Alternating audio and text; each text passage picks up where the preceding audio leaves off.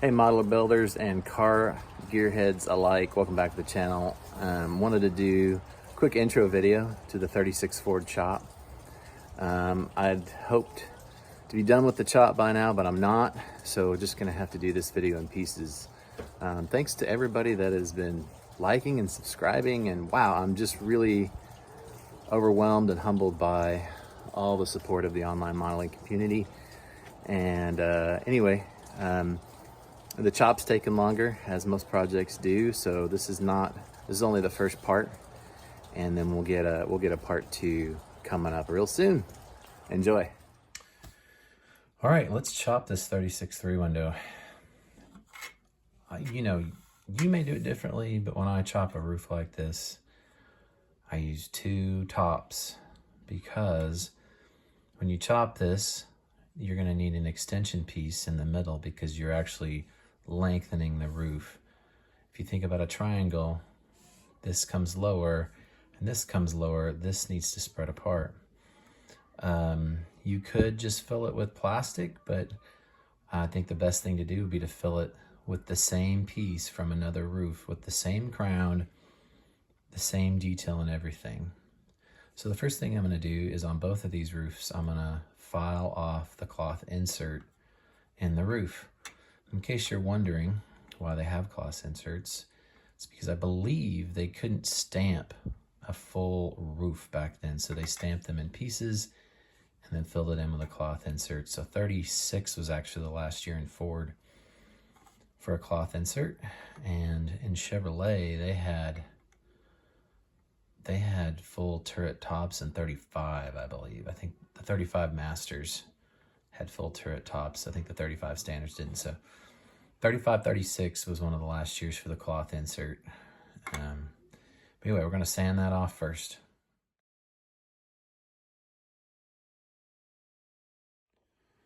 And there you have it. I use an X-Acto knife with a saw blade on it. I feel like this is probably pretty primitive and rudimentary. There are probably easier ways to cut. I do have a Dremel, but I decided not to use it because it's too fast and things just get messed up. So I went really slow, use the saw blade, and now I'm gonna mark out with tape how much I'm gonna take out of the roof. What I've done now is I've used 1/4-inch tape to mark out the cuts I wanna make. And then I dusted on some matte white so I can peel that tape off, and there'll be a line where I want to cut. Now that particular A-pillar, I actually did it on the roof because those cuts were wonky for some reason, so I didn't want to take any more off the bottom section on this side. 1/4-inch in scale is going to be quite a bit. It's going to be pretty hammered looking chop, but you know, go big or go home. So here we go. All right, so I've split the roof. I actually used a Dremel for that.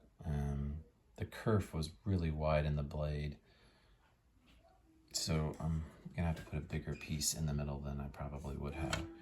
I lined up the back section, and what I did was I lined up that body line, and then I super glued it, and then did super glue on the top of the seams as well, because it needs to be strong, but the super glue is also going to be our filler.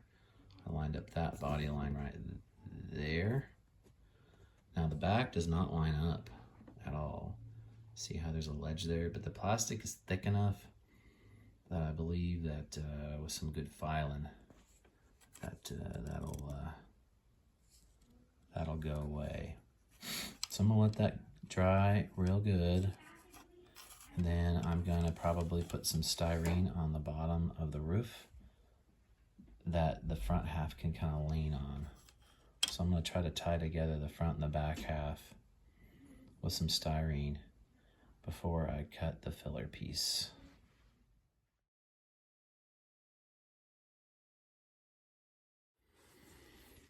All right guys, here's what we got so far. I think the hardest thing for me is making the cuts. I just had this little tiny hacksaw attachment for the X-Acto knife. I need a jeweler's saw or something comment and tell me what saws you use, because you can see my cuts were not straight. So what I did first after the cuts is I lined up this back section, and the most important thing was to line up that body line right there. Make sure that is in line. The back is actually a little bit forward. There's a ledge there. There's a ledge right there, but that's okay because there's super glue there and there's plenty of plastic on both sides. We can flatten that out, no problem. So that's gonna be okay. The back window is gonna need a little adjustment, but that'll be okay. I really need, yeah, like I said, I really need to figure out a better cutting situation. That piece in the middle didn't need to be as big as it is, and that was one mistake that I made that I would rectify again. Basically, I cut the top with a Dremel tool, and it just, and the cutoff wheels had such a big kerf that it ended up making it a wider void than I needed. So the biggest thing I did with this is making sure the drip rails lined up right there. I lined up the drip rails the best I could on both sides. And, you know, the curve matches it pretty good. And so I actually used testers, the orange tube glue testers, to glue the front part and the middle part on, because I wanted to be able to scoot them around a little bit and adjust them, make sure everything's lined up. The super glue is like, you know, you get one shot at it. So I used the testers glue to line everything up, and then I just gobbed on the Loctite super glue gel in the voids. And I also used, I also used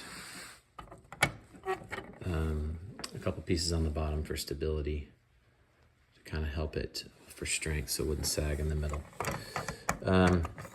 So anyway, I got, you know, I'll let that dry at least one day overnight. And then I've got a lot of filing and sanding ahead of me. The proportions are good. I'm pretty happy with the proportions.